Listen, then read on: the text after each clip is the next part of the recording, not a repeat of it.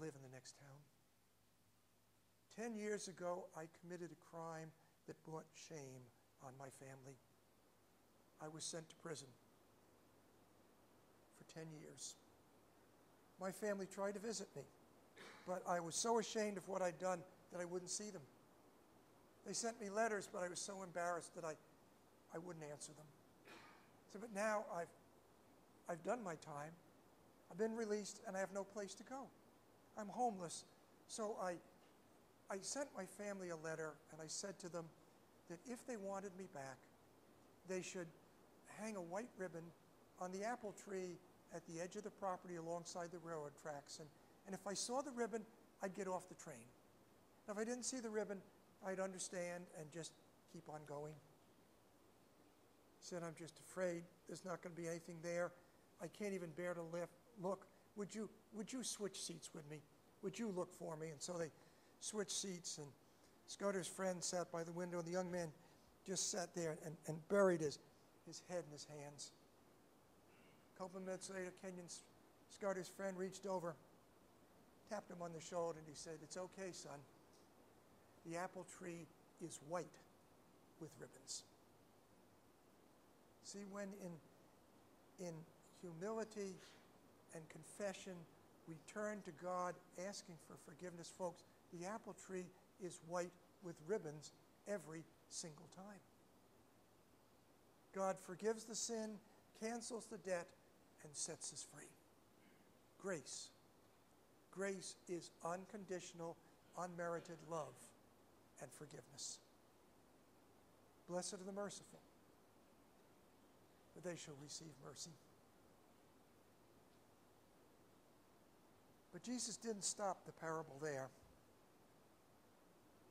He said that on the way out of the palace, this servant who had been forgiven this unpayable debt came across a friend of his who owed him a debt of 100 denarii.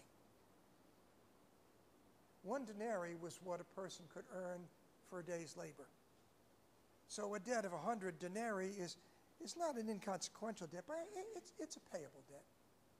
So the friend said to the servant, look, just be patient with me. Just give me a little time, and I'll pay you back. And the servant wouldn't have any of it. He reached down, he took him by the throat. He turned him over to the jailers, and he ordered that he be put in prison until he had paid the last penny. Well, it didn't take long for word to get back to the king what had happened, and he was understandably furious. He ordered the servant to be brought back in. He said to him, look, I forgave your unpayable debt just because you asked me. Shouldn't you have been equally merciful with your friend? Well, because you weren't. I'm going to do to you what you did to him. I'm going to have you put in prison until you pay the last penny. And Jesus closes the parable with these rather uncomfortable words.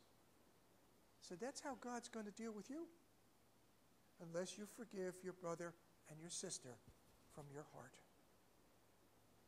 Blessed are the merciful, for they are the ones who will receive mercy. Now, this mercy that Jesus asks us to practice toward one another is not an emotion. It's not a feeling. It's not some kind of warm fuzzy toward everybody. Mercy is not an attitude. Mercy is an activity. Mercy is something that we do. It's an act we perform. And only when we perform it do we experience its healing power. I think in closing this morning, I want to tell you the story of my friend Mary from a former parish. Mary had been married twice. Her first husband, Don, was an abusive alcoholic. The only nice thing he ever did for her was to father 3 beautiful children. Her second husband, Mark, was a sweetheart. Hardworking, compassionate, understanding, sensitive. Together they had 2 more children. Mary lived in a nice home, in a nice community. She had a wonderful family. She was part of a loving church. She had many wonderful friends. She should have been happy. But she suffered from periodic bouts of anxiety, depression. And on a couple occasions, she became so anxious, she had to be hospitalized. Sometimes anxiety, depression comes from repressed anger. And the source of Mary's problem was the hostility she still felt toward her first husband, Don. Don just continued to mess things up for Mary and the family. He was always late with the child support payments, sometimes as much as a year late, which gave them real financial problems. He never could get his every other weekend with the kids straight. Sometimes he wouldn't show. When he did, he'd be late. When he brought him back, he'd be late. Sometimes that he wouldn't even show up, and the kids would sit there on their suitcases and cry because their father didn't love them. But most distressing of all were the tales that the kids brought back of their every other weekend with their father. Stories of Don passed out drunk on the sofa. Stories of Don and his girlfriend going off to bed and leaving the kids alone. Stories of Don renting X-rated and R movies and letting the kids watch them until finally Mary had no choice but to petition family court to change the visitation so that the visits were supervised by his parents, who were responsible people. As the court date got closer, Mary got more and more anxious. One day she was praying and reading her Bible, and she had this overwhelming feeling that God wanted her to forgive Don. She called up her lawyer to talk about it, and he advised against it. She talked to Mark about it, but he didn't understand because he'd seen the hurt that Don had brought on the family. She came to see me, and I heard what she was saying. We agreed that she had to go through with the court proceedings to protect the children, but that didn't stop her from telling Don that she forgave him. She said to me, "I think I can do it if you go with me." I said I would.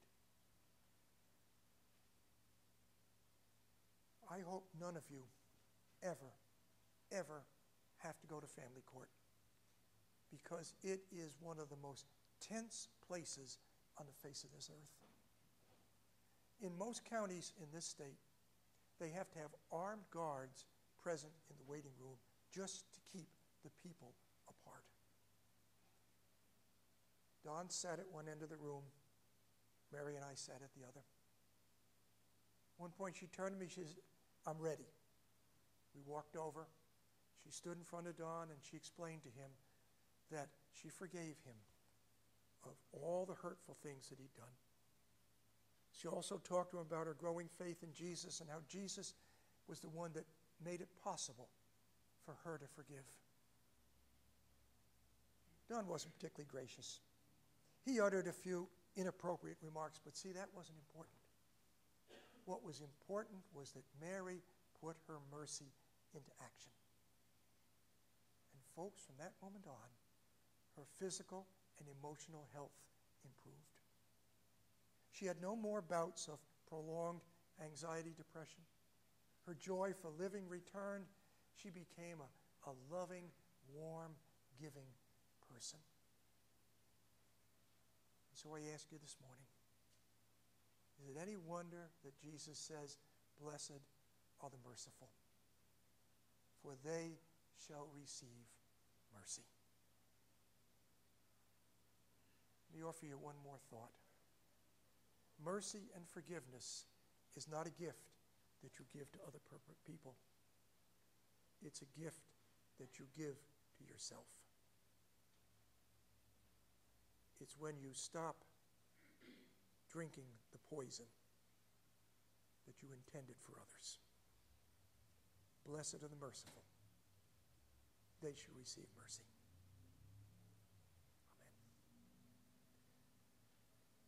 Mike is going to bring the plates forward. If you're a guest here, you needn't put anything in. Your presence with us is your gift.